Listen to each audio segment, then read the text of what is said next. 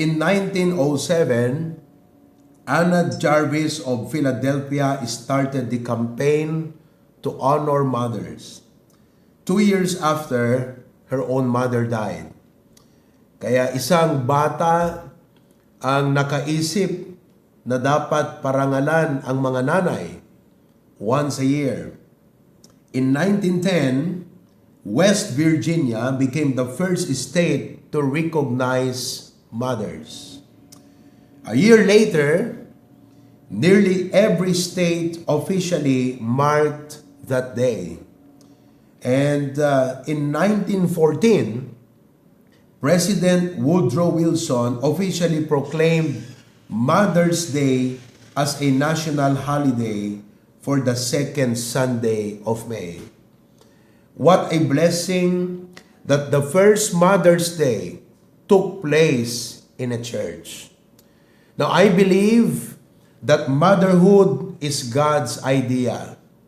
There would be no world like what we have today with so many people without mothers. Sino kada kayo ni tatang mo tinangisik og king ka ken nangyanaken ka? Anybody? Awan. So there would be no world today without mother. And motherhood is God's idea. On the other hand, honoring mother is God's idea. So if there is any institution in this world that would institutionalize the celebration and honoring of mothers, it should be the church. However, we should not only honor our mother on Mother's Day. Last night, idi mapang kami ag dinner nga family, jelawag kakabsat, amin nga restaurant, full. Uray karinderya, full. Jay Jollibee no mapang ka ag drive-thru, kunada di Chicken Joy, willing to wait sir, 1 hour. Ijayan ta Shakey's, nakapila di tao jerwar ag tutugaw da waiting for their turn. Ijay Hapchan, punong-puno sa loob. Ijayan ta private room da, kanjay may sapay nga private room. Plus there are dozens of people waiting and sitting outside for their turn. Napang kami ijayan ta Angel's Pizza. That's one of our favorite pizza here. Lalo dete pizza da nga dete what do you call that? Spinach. No, yeah, spinach and dito ka Japanese. Sushi pizza. Yeah. Kapag isot favorite me, magustuhan ni Mrs. ko, Mother's Sunday, napang kami nagpila kakabsat, I waited 45 minutes before I received my order. Agriririt ang taon. Alas 9, may sa oras kam gudwad tuyong kung kunada kakabsat. You know, everybody celebrated Mother's Sunday. Pictures here and pictures everywhere. While the world celebrate Mother's Day, and it seems mothers are acknowledged and recognized once a year, as a Church of the Living God, we should maintain the same honor to our mother, not maybe treating our mothers out every day, but giving them the due honor every day. That is why yesterday, I preached a message entitled, What Our Mothers Are Worthy Of. What do they deserve? And I encourage you to watch for that video, watch for that message, because I laid down from the scripture what the Bible says that we as children should observe as an instruction from God on how we can truly, properly honor our mothers. I believe that it is right to honor our mothers. It is reasonable to honor our mothers, and it is rewarding when we honor our mothers.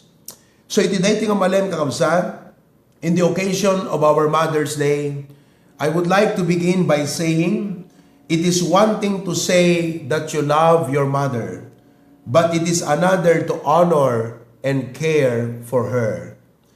When we say we love our mother, It is one thing, but it is a different thing when we honor and care for them. You know, even the Lord Jesus Christ, He was already hanging on the cross. One of His last statements on the cross was directed to a mother, His mother, human mother. And He said, when Jesus therefore saw His mother, and the disciple is standing by whom He loved, He saith unto His mother, Woman, behold thy son. That was when Jesus was telling, your duty to me is ending here. As a mother, God had used you to give birth to my humanity, but it is ending here. Then saith He to the disciple, Behold thy mother. He was looking to his brother humanly, John, and said, That's your mother. Take care of her. And from that hour, that disciple took her into his own home. In other words, John took care of their mother, Mary.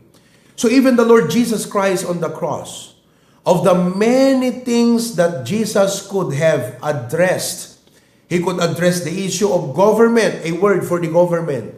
He could have a word for the governor, for Herod, for the King Agrippa. But in the 7 last words on the cross, Jesus made it an emphasis to take care of the mother. Are we treating our mother with the same kind of love and respect? What I'm going to do this afternoon is to help you see the value of a mother. Kaya't kung ibaga kada kayo kakabsat, nangina itinanang. You probably have bought many expensive things in your life and they've been a great value to you.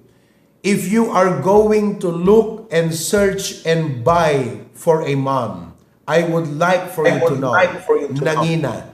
In fact, mothers are priceless. Awan anyaman nga naindagaan na inmateryalan nga balor pirak ken gatad, nga mabalin mo nga panggatang iti maysa nga ina. So that no kasanuti kangina tinanang, ket kandun lang natin sila sagutin, ganun lang natin sila sipain, not maybe physically. Listen to me, I do not know what term you should be called. No ana nga termino ti pangawag kada tayo kakabsat. A man's best friend is not his dog. A man's best friend is his mother.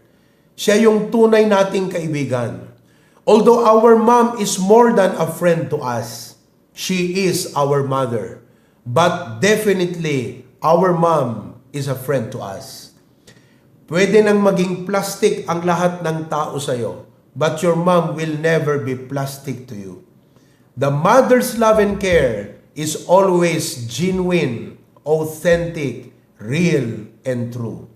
Isu kakas JT panagungot da, maibaga dalat ta DJ kayat da nga ibaga, kasi nga nanay sila sa atin. I hope that all of us should be grateful to God for a good mother. I did not say perfect mother. We all have our standards humanly. And no mother can be perfect to meet those standards. But we should be thankful to God for good mothers. Mothers have a very unique role in our family. So the title of our message this afternoon is, Let us recognize mothers' godly sacrifices. Let us read 2 verses in the Bible as we all stand together. In Ephesians chapter 6, 1 to 3, Ephesians chapter number 6, verses number 1 to 3, I would like to read from the Ilocano as the passage English is already on our screen. The Bible says in Ephesians 6, 1 to 3, Ilocano, Anak, agtulnog kayo kadagiti dadakkelyo, gapu iti apo, tada ito'y isu tinalinteg. Dayawem ni amam ken ni nanang mo, inayam, ken nga isu ti umuna abilin nga dakarina. Tapno na imbag, ti banag mo, ken ti biyag mo, at idugto iti rabaw iti daga. Dear Heavenly Father, help us to truly, properly honor our mothers in the same essence what you meant when you said in the Bible to honor our mother and our father. Thank you, dear God. In Jesus' name we pray. Amen. You may be seated now. The word honor means to respect. The word honor also means admiration. What we should admire our mothers about is not primarily on the physical aspect. The world is good in getting people to admire physical qualities. That's why when you look on Facebook and social media, when you watch on the television, the world has so much to offer to get people to admire physical qualities. Well, I would like for us to be reminded that our mothers may not be the best when it comes to physical qualities. But there are deeper, more substantial qualities that we should admire our mothers. Ngano sino dapat nga mas i-admire tayo, not truly idolize, admire. You know, I like to use the word idolize. How people today idolize that singer. I forgot her name, but she had a concert in Singapore. Can you help me? Taylor Swift. How many young people are idolizing Taylor Swift? They sing her song, they post her picture in their rooms, they put her picture in their cell phone. You know, everywhere, their life seems all about to be Taylor Swift. They admire her so much.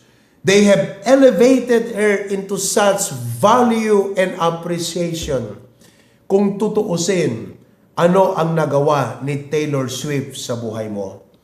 Kaya ngayong hapon, I would like for us to see what our mothers have done to us so that we would admire her more than 10 Taylor Swift or even 1,000 of Taylor Swift. We should elevate and admire our mother more than 1,000 Taylor Swift. First of all, let's look at John chapter 16 verse 21.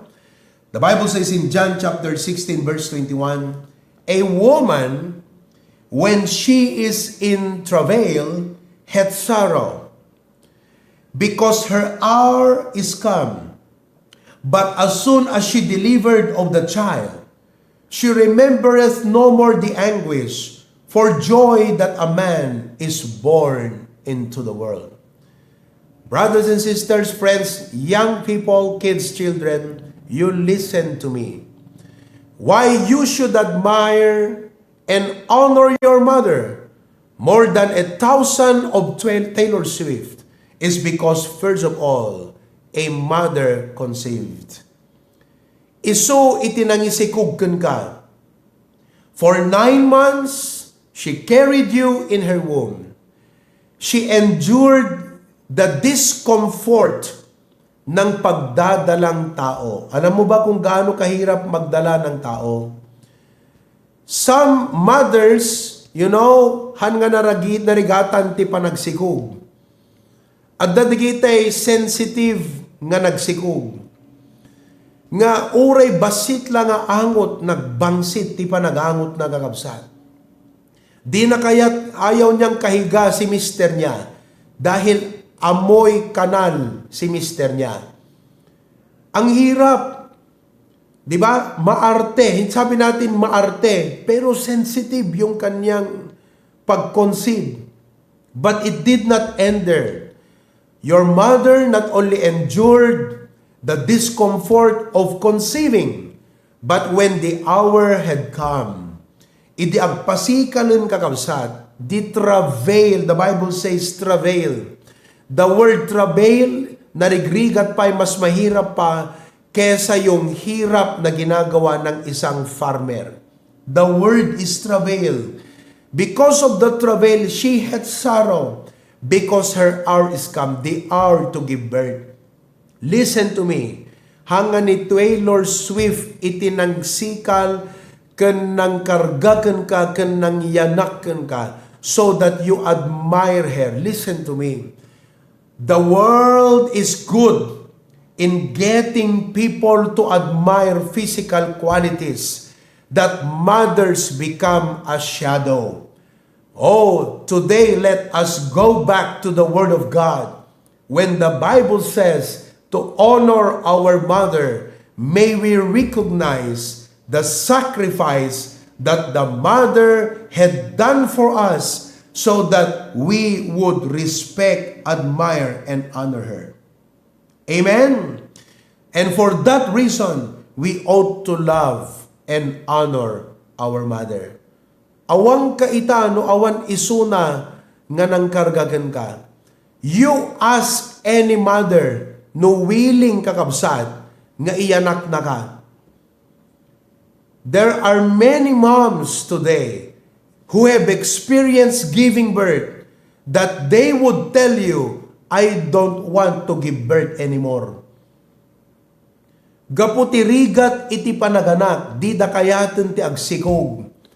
Di da kayaten ti aganak. You ask any mom. The only reason why there are moms who had the experience of giving birth, why they would like to give birth again, is because they see their children growing up, handa marigatanon kakabsat, ket kunada, ala uray may sapay nga ron. But no mother would ever dream of experiencing the pain and agony and travail of giving birth again. There are some hospitals who can offer painless nga panaganak ka digitoy kakabsat. And if you can afford it, but it's very expensive. But back in the days, no aganak tinanang nagrigat, iso nga sika damagem ti sarilim. Kung meron kayang nanay na willing na kung sakali ay siya ang nagpanganak sa akin. No mother would ever enjoy giving birth to a child. And the mere fact that a mother endured the sorrow and pain of giving birth, and we are what we are today because somebody was more than willing to give birth to us because she is our mother. For that reason, we should love and honor our mother all the days of their lives. Amen? Number 2, not only a mother conceived, but in 1 Kings chapter 17 verse 12, it says, And she said, As the Lord thy God liveth, I have not a cake, but a handful of meal in a barrel, and a little oil in a cruse.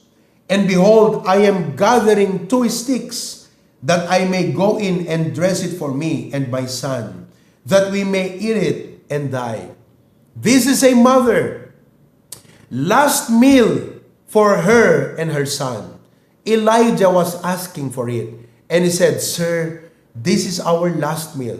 I'm going to cook it. We will eat it. We'll wait to die. In other words, one of the reasons why we should honor our mothers is because a mother cooks. Ninanang itinangiluto, dagiti kang kanan tayo. While listen to me, you may have gained a higher education than your mom, but you should never forget it was our mom who cooked our breakfast, lunch, and dinner when we finally came home. She was the cook in the house. She prepared our food. Amen? And you know what? Listen to me. In the Philippines, a chef receives 50,000 monthly salary. No sinwelduan tay ko maninanang tayo, listen to me. No si kakat anak, Mangala ka tinanang nga mangisagana iti kanem ket swelduam isuna nga chef kakabsat. No dito'y Pilipinas, 50,000 a month. Mga kapatid, time is 12. That is 600,000. 10 years na ka nga insagsaganaan. Breakfast, lunch, and dinner.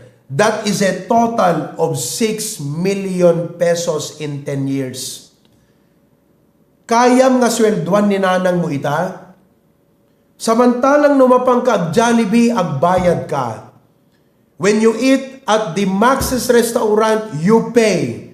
Listen, if you are to pay your mom for preparing you a food for the past 10 years of your life, can you afford 6 million to repay your mom?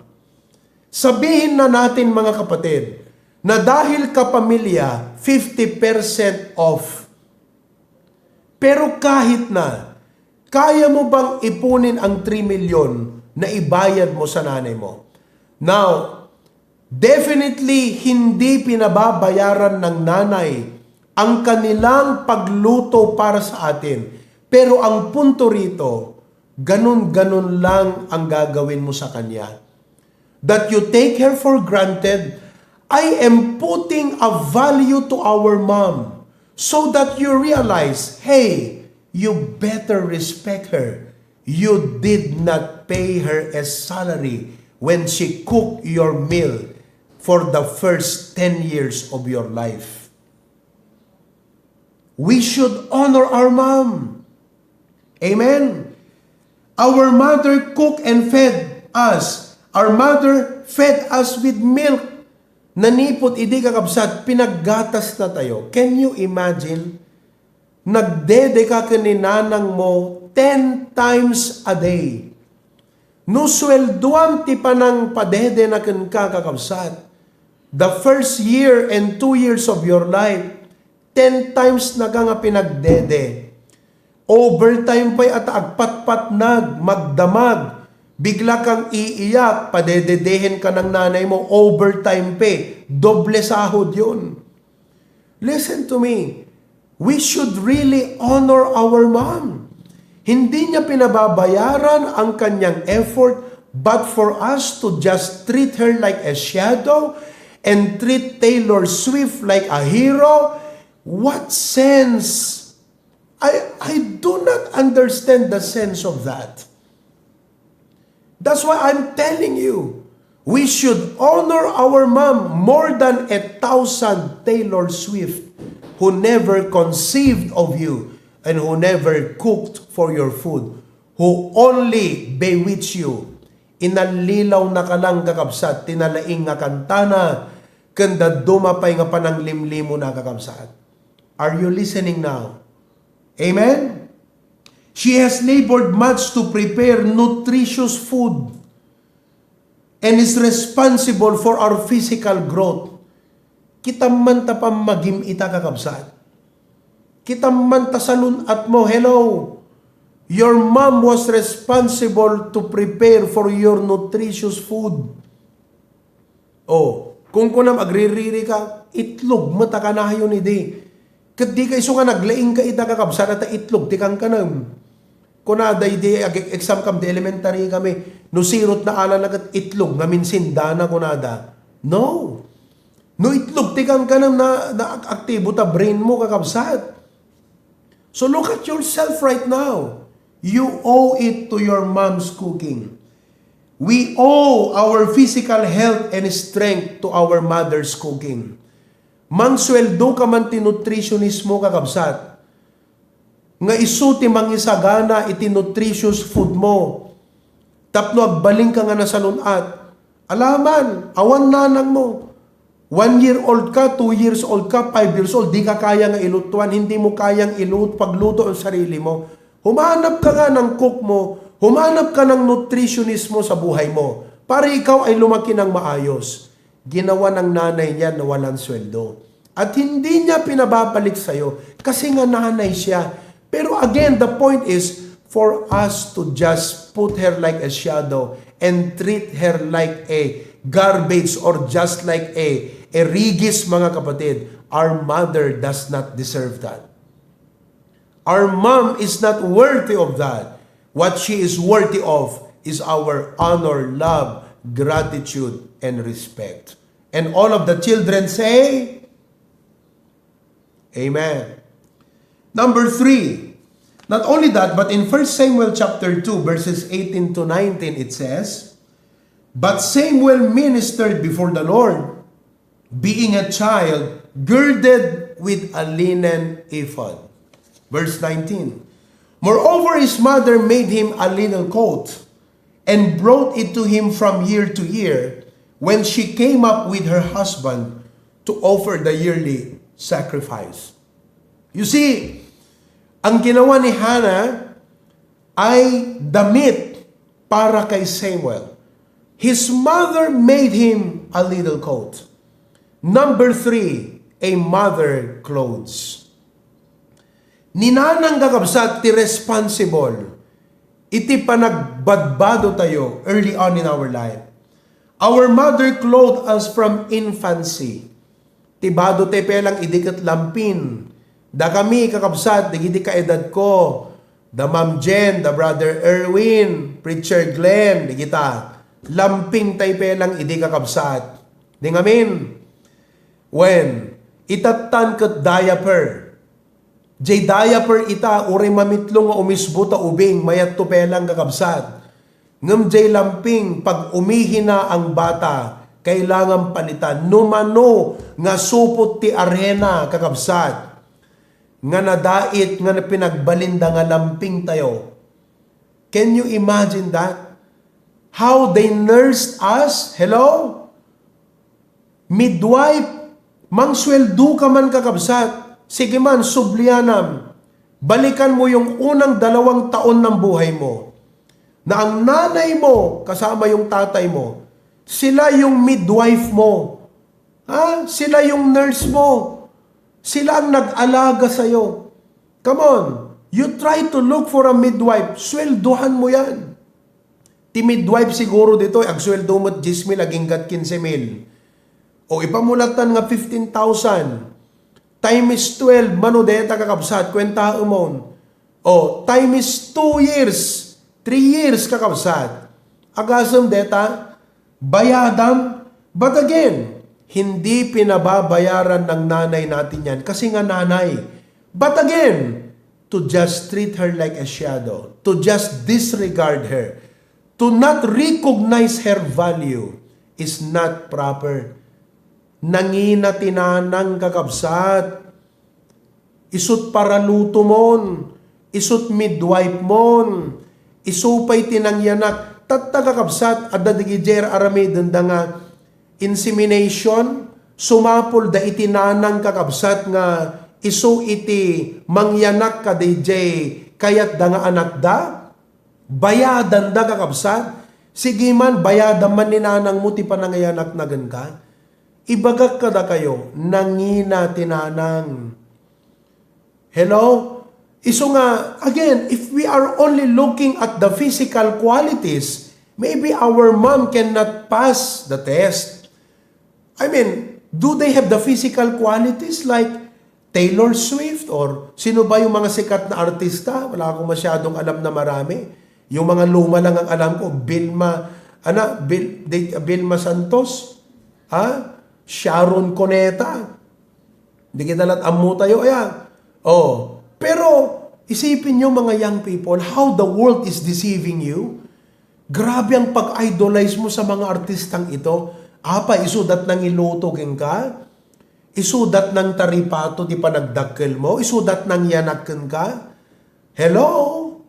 You better wake up. Nangina tinanang. Amen? She has taken much pain to make us look good. She has enjoyed clothing us in our best and help us choose our apparel. Oh, gumatang ka man ti fashionistam kakabsat, bayadam man. Ninanang mo idiubing ka, mapan na kaigatangan malagip ko ni mama. Tila taayuyang na idi kakabsat, New India. Ket gaputa darigat nga rod iti kwarta numapan gumatang, uray may sala nga pantalon, may sa oras kag pilipili kakabsat. Jak ammo kini Brother Glenn, ngam no kunana kanyak ide, umay kasumurot lawag kunana, jak kayat ti sumurot kakabsat, nagkitang. At ano gumatang ni mama iti badume, mapan di tayan tanyo India, santo mapan di 5 sister, mapan tupay di tiyendaan, santo ag desisyon no anat gatangan na kakabsat, may sa oras to di nga ligawan. Pero nagi-budget. Sumapol ka man ti tao kakabsat nga mga ramid, ti kastakan ka kat bayadam no kayam. Nangina tinanang kakabsat. A mother clothes. That's why we should really treasure and appreciate our mom. No, daninanang yun ta kakabsat, give her a tight hug later. Express to her, Mom, I have never understood your value, not until now. And I realize from the preaching of our beloved pastor, nangina kagayam nga tao, hangka kaya nga gatangan, hanggang mabaybayadan. Amen? Agyaman tayo ng tayo kakabsat. Amen? Number 4, and I'm going to end number 4. In number 4, Deuteronomy 32 verse 11, it says, as an eagle stirreth up her nest, fluttereth over her young, spreadeth abroad her wings, taketh them, beareth them on her wings. Jay mother eagle, sursurwan na digit anak ng agtayab. Proverbs 6:20, my son, keep thy father's commandment, forsake not the law of thy mother. Listen to me.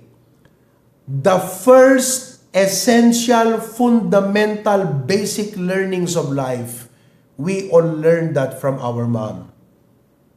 Amen? A mother coaches. Coach means a mentor, a teacher, a trainer. Isut ng train ka tayo from infancy. Sumapol ka man ti katulong mo kakabsat, nga isuro na ka nga dede, isuro na ka nga magna. Kakabsat narigat ti bumirok ti katulong ti balay nga agaywan iti baby kan ubing. Ngam ninanang tayo kakabsat, nang runa ka na kay dita nga di makkel ta hawayan. Awang katulong ninanang yung anang padakkel ka dagayo, isulaet ta kakabsat. Walang katulong ng nanay mong nagpalaki sa'yo. Siya ang nagturo sa'yo maglakad. Tinuruan kanyang magtutbras, agkurikor, agikuko. Tinuruan na kakabsat nga agtutbras, agdigos, agisuot. Kakabsat, a mother coaches. Oh, numampay insent na ka di pagbasaan ng ninanang mo. She is your first teacher. Kat no sweldoam ninanang mo, just like ti sweldot mestra. No diti Pilipinas, 30,000 ti kada bulan kakabsat. Time is 12 months. Oh, manudetan. Napangkata 336,000 to 360,000 ang kakabsat. O, itime mismo 10 years nga sinurusurwan na ka, 3.6 milyonan kakabsat. At da 10 million mo nga pangbayad mo kananang mo ita. Young people, sino sa inyo ang may 10 million ngayon para bayaran si nanay? Hello? Oh, everything we have learned from infancy has been taught by our mother, teaching us to take our first step, speak our first words. Daddy, mommy, mama, papa, auntie, tita, uncle, manong. Our mother also taught us moral values in life. No lying. Oh, no bad words. Respect, prayer, diligence. Insuro na kang aglaba. Insuro na kang agdigos. Insuro na ka kasano pa nagbado, pa nagisuot sapatos. Insuro na kang agplansa. Can you imagine? Dagitoy nga learnings kakabsat, already ka nga, kahit hindi ka nakapag-aral ng college, you will survive in life because of those basic learning. Biruin mo kung hanggang ngayon hindi ka marunong maligo, 20 years old ka na. Kung hanggang ngayon hindi ka marunong mag-toothbrush, kung hanggang ngayon hindi ka marunong magplansa, maglaba, hindi ka marunong mag-ayos ng bahay, biruin mo yan, paano ka magsasucceed? Malaking barrier sa buhay mo sana yan. Pero nagsilbi silang stepping stone ng buhay natin.